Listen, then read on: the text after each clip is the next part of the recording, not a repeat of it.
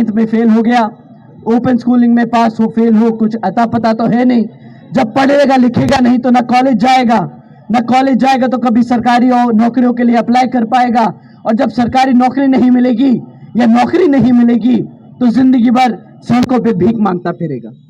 इन्होंने हमारे समाज को सिस्टमैटिकली एजुकेशन के सिस्टम में 9th से ही हमारे बच्चों को कमजोर कर जिंदगी भर के लिए एक लाचार, एक भिखारी बनाने का काम करने की साजिश की है। साथियों, ये है आम आदमी पार्टी का सच्चा रूप।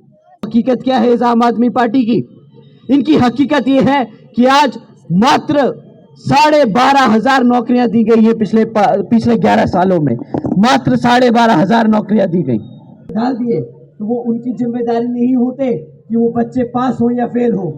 उनका काम बस जो 9th में अपनी मेहनत से पढ़ लिख कर आगे निकल जाते हैं उनका क्रेडिट खाना होता है।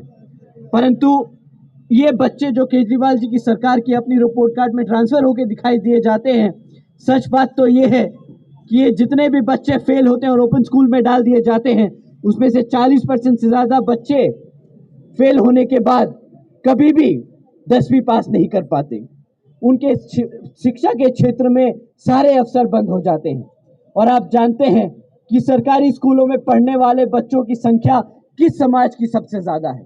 हमारे SC ST OBC समाज के बच्चे हैं जो सरकारी स्कूल में पढ़ते हैं, 9th में फेल हो जाते हैं, ओपन स्कूल बोर्डिंग में डाल दिए जाते हैं।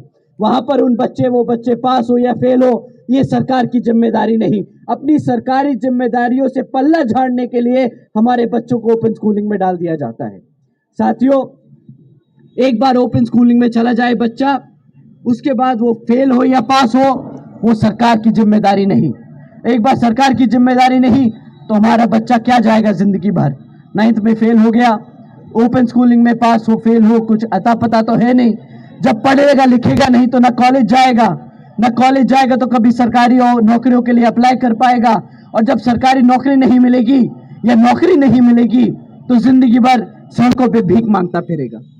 इन्होंने हमारे समाज को सिस्टमैटिकली एजुकेशन के सिस्टम में 9th से ही हमारे बच्चों को कमजोर कर जिंदगी भर के लिए एक लाचार, एक भिखारी बनाने का काम करने की साजिश की है। साथियों, ये है आम आदमी पार्टी का सच्चा रूप। साथियों,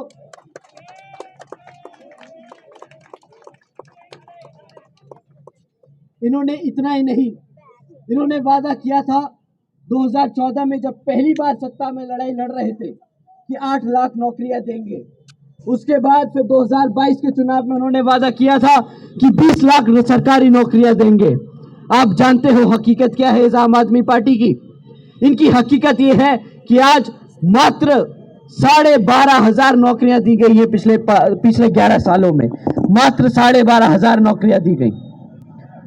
इनसे कोई पूछे कि 22 लाख नौकरी का वादा करके अगर 12,500 नौकरी देनी थी तो भाई वादा ही क्यों किया?